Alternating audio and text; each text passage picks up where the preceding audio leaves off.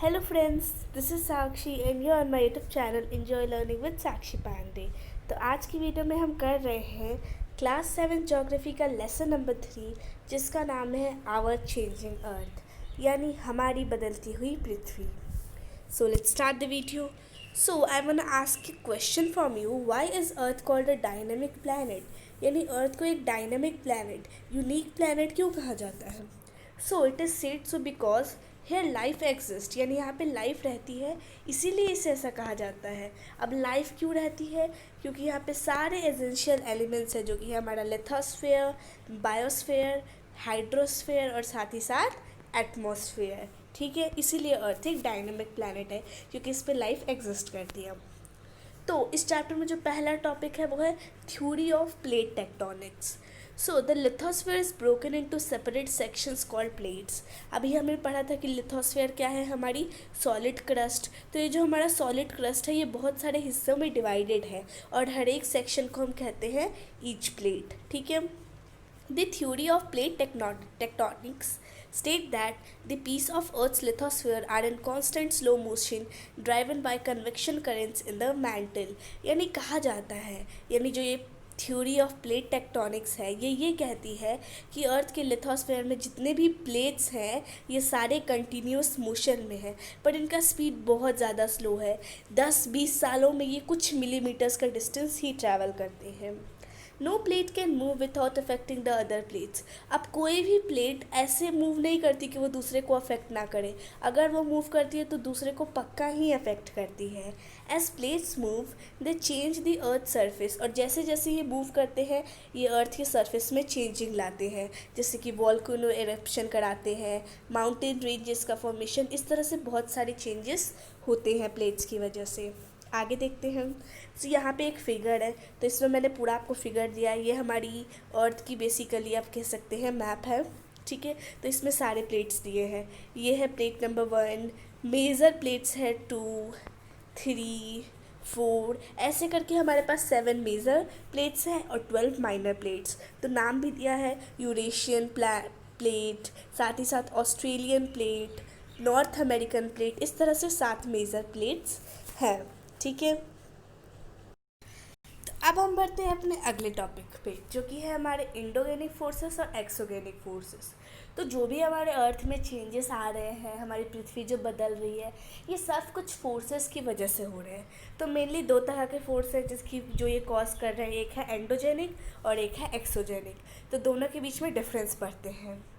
तो जो एंडोजेनिक होता है वो अर्थ के अंदर होता है, या अर्थ के नीचे जो भी फोर्स लग रहे हैं उनके अंदर कुछ भी हो रहा है और उसके चेंजेस अर्थ पे हमें दिख रहे हैं सरफेस के ऊपर, तो वो सब कहलाते हैं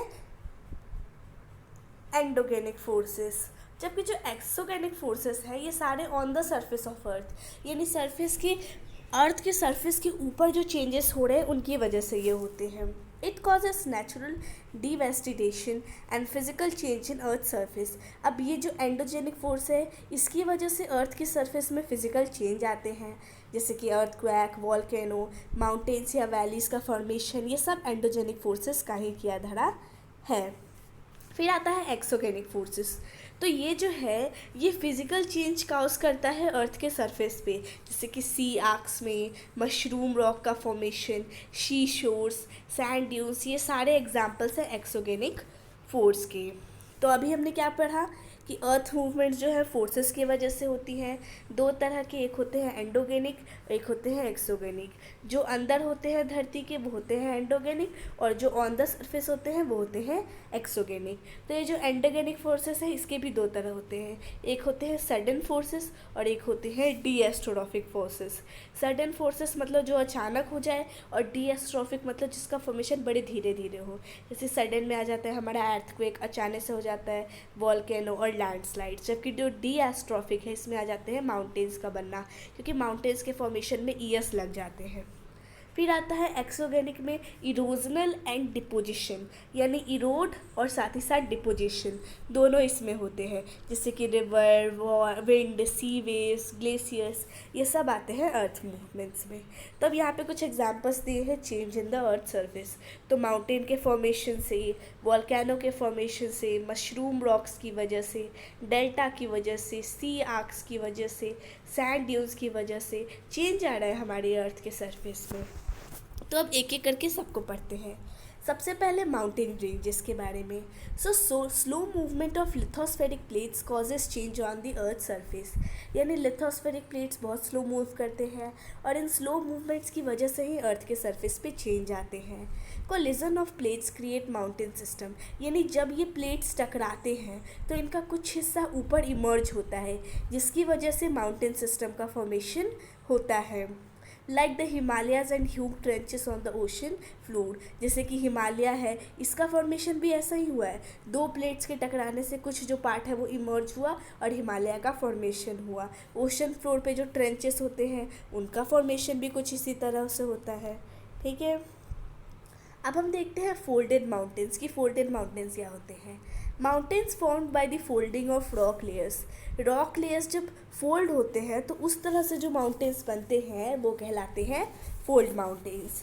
most are formed at convergent boundaries where continents have collided, और ज़्यादातर ये कन्वर्जेंट बाउंड्रीज पे होता है जहाँ पे कॉन्टिनेंट्स कोलाइड करते हैं, और कॉन्टिनेंट्स का मतलब यहाँ पे है कॉन्टिनेंटल प्लेट्स।